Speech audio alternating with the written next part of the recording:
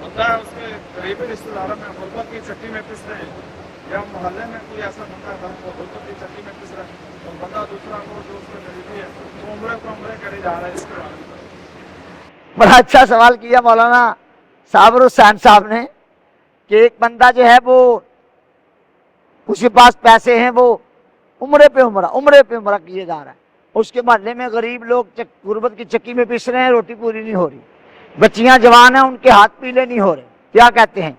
अपनी बात नहीं करता, मैंने खुद कायदे अहले सुन्नत हजरत मौलाना शाह अहमद नूरानी को फरमाते सुना, बाज उठाकर फरमा रहे थे, अब देखिए मुसलमानों के पास पैसे है, दौड़े जा रहे हैं उम्रा करने।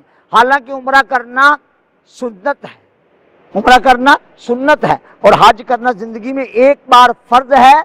बाकी पैसे आए हैं तो वहां दौड़े जाते हो, अल्लाह के बंदों की खिदमत करो, नबी पाक के गुलामों के काम आओ सल्लल्लाहु अलैहि वसल्लम, और यही तर्ज मेरा है।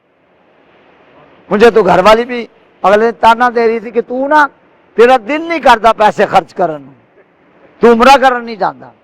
मैं उसको कहता रहता हूं कि वो देखो फलां का ये हाल है, ये पैसे हमसे दे देते तो लोग हैं अपने अपने काम चलान, साढ़े जिम्मे की है। मैंने कहा नहीं, अल्लाह की बंदी तू आलिमा है, पढ़ी लिखी है, तो ये अफजल है। आप उम्रा करने बेशक ना जाएं, किसी सैयद आलम के गुलाम के काम आ जाएं, अल्लाह के यहाँ आपका उम्रा ठक है, हो गया, आपका उम्रा हो गया। आप अल्लाह के बंदों के काम आए, आपका उम्रा हो गया। चूंकि राजी तो अल्लाह को करना, अल्लाह के प्यारे महबूब को करना है।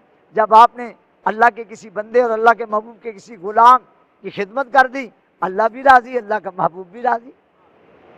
जी, और कोई सवाल?